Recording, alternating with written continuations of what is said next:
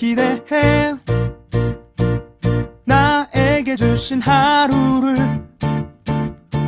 때론 피곤하고 일어나기 싫고 널 깨우는 알람 소리에 짜증도 나겠지만. 안녕하세요. 오늘도 푸른 말씀 임세휘 목사입니다. 반갑습니다.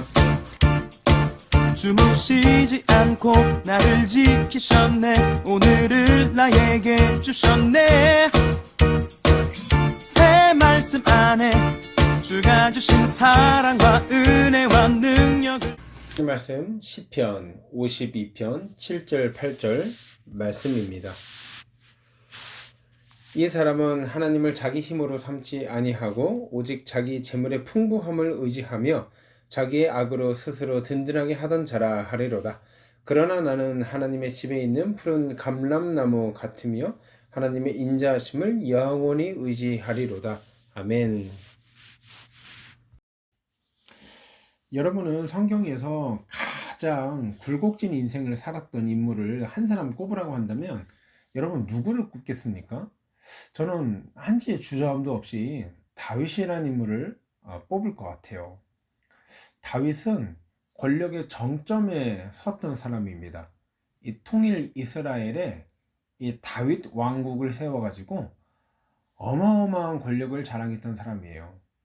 이 다윗이 이렇게 어마어마한 권력을 확보했기 때문에 그 아들 솔로몬에게 어마어마한 부와 명예를 물려줄 수가 있었던 거거든요. 그와 반대로 가장 비참한 인생을 살았던 사람입니다. 목숨을 부지하기 위해서 적국에 들어가 가지고 수염에 침을 질질 흘려가면서 마치 미친 사람 흉내를 내고 목숨을 연명하기 위해서 그런 비참한 행동을 했었던 시기가 그에게 있었단 말이에요. 이런 것을 보면 하나님을 안다는 것, 하나님을 믿는다는 게 무조건 만사 형통하지 않는구나. 무조건 성공하는 것이 아니구나. 무조건 형통한 인생만 있고 즐거운 인생만 있는 것이 아니구나 하는 것을 우리는 다윗의 인생을 통해서 배울 수 있는 것 같아요. 그러면 다윗의 인생을 통해서 배우는 것이 무엇이냐? 하나님을 아는 성도는 하나님을 신뢰한다는 것은 내가 감사하지 못하는 상황이, 내가 하나님께 찬양하지 못하는 상황이 찾아온다고 할지라도 상황과 조건에 상관없이 하나님을 신실하게 붙잡는 것, 하나님을 의지하는 것, 그것이 하나님을 아는 성도들의 삶의 모습이라고 할 수 있을 것 같습니다.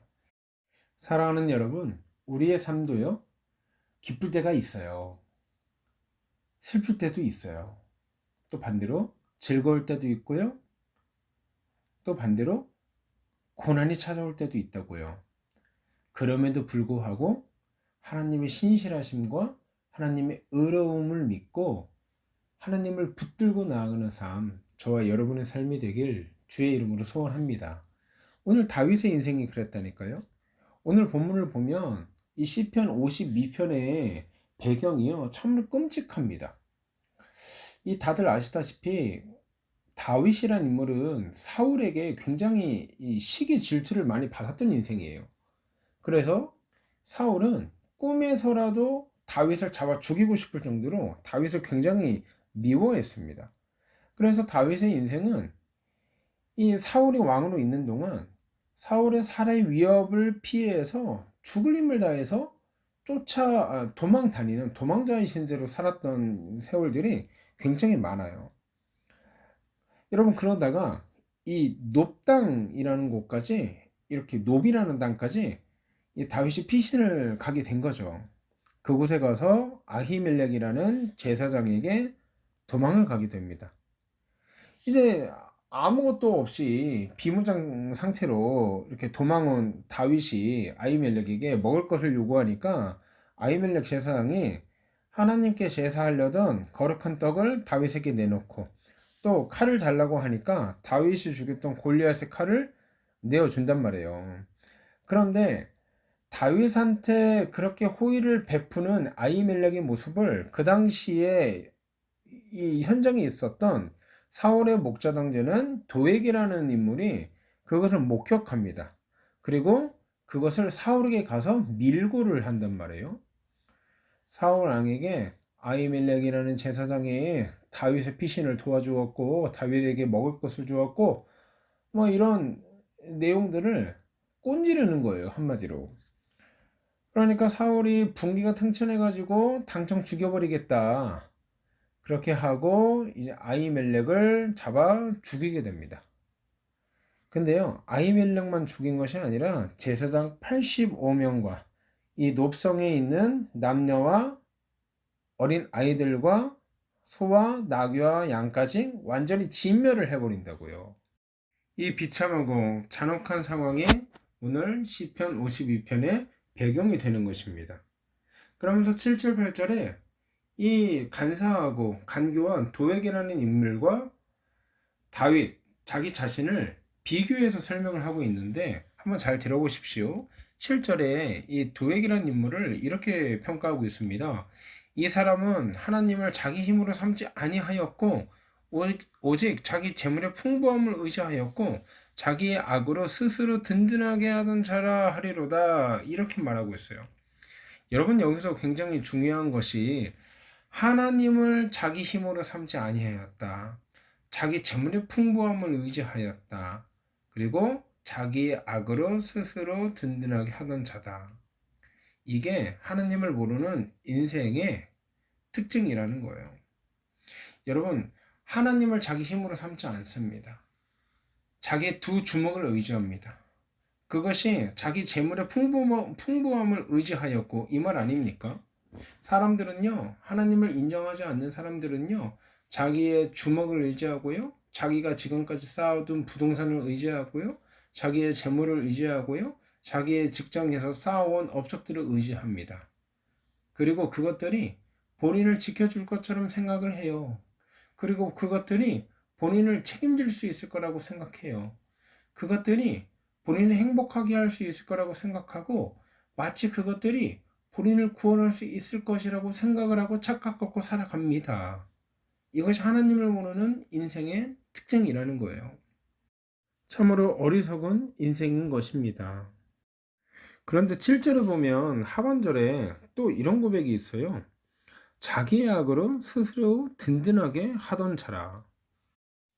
악한 행동을 통해서 자기의 인생을 더욱더 든든하게 경영할 수 있다고 믿는다는 거예요. 자신이 지금 하는 행동과 하는 생각들이 악한 것들이라고 인식을 하지 못하는 게 아니라요. 그게 악하고 나쁜 거를 너무나 잘 알고 있는데 그것들로 인생을 살아왔던 사람들이기 때문에 정도를 걸어가지 못하는 거예요. 그래서 하나님을 모르는 사람들은요, 항상 반칙을 이용하고요, 항상 악한 행동을 해서 자기의 인생을 꾸려나가고 살아나갈 수밖에 없다는 것을 꼬집고 있는 거예요. 이것이 하나님을 모르는 사람들의 삶의 모습이며 오늘 본문에서 도에게 살아가는 삶의 모습이었다는 거예요. 그러면 다윗은 자신을 어떤 모습으로 묘사하고 있는가? 8절에 보면 감람나무라고 묘사하고 있습니다. 여러분, 이 감람나무가 올리브나무예요. 근데 이 올리브나무가 한번 심겨져 가지고 성장을 하기까지 최소 15년이 소요되고요. 그리고 심겨져서 진 후에 그 열매를 맺기까지 30년 이상이 소요가 된다고 합니다. 그러니까 열매 한번 보기 위해서 30년 한 세대를 기다려야 되는 거예요. 정말 오랜 시간 기다려야 되는데 한번 열매를 맺고 난 이후에는 감당할 수 없을 정도로 풍성한 열매를 유익하게 많이 맺어낸다는 거죠. 그 열매를 통해서 올리브 기름을 만들 수도 있고요, 환자를 치유할 수도 있고 또 잔치했을 수도 있고 많은 사람의 먹거리로 활용될 수도 있다는 거죠. 여러분, 그러니까 한 사람을 감람나무에 비교한다는 것은 그의 신앙이 성장하기까지 최소 몇 년이요? 15년. 그리고 제대로 된 열매를 맺기까지 최소 30년이 필요하다. 그런데 우리는 빨리 성장하고 싶어하고 빨리 열매를 보고 싶어하는 거예요. 그러니까 조급한 마음이 계속될수록 우리의 힘과 우리의 방법과 우리의 머리를 의지하고 하나님이 없는 인생을 경영하고 싶은 마음의 유혹이 자꾸 들어온다는 거죠. 그래서 생명의 위협 앞에서 오히려 무기력해 보이고 무능력해 보이는 다윗의 고백이 우리에게 은혜가 되는 줄 믿습니다. 하나님의 은혜와 능력을 전적으로 의지하는 다윗. 나는 하나님의 집에 심긴 감람나무와 같을지다. 오랫동안 하나님 의지하며 뿌리 내리며 하나님이 열매 맺게 하시는 날, 나는 많은 이들에게 유익을 주는 올리브 나무가 되겠다. 내가 지금은 도망자의 신세로서 너무나 초라하게 살아가지만 하나님의 신실하심이 나를 반드시 성장하게 하실 것이고 나를 반드시 열매 맺게 하실 것이다. 이 하나님의 약속 붙들고 나아가는 거예요. 사랑하는 여러분, 이제 말씀을 마칩니다. 성도가 인생을 살아가면서 겪는 환난과 어려움 속에서 우리가 할 수 있는 최선의 선택은 하나님의 인자하심을 의지하는 것임을 잊지 않고 살아가는 오늘 하루가 되었으면 좋겠습니다.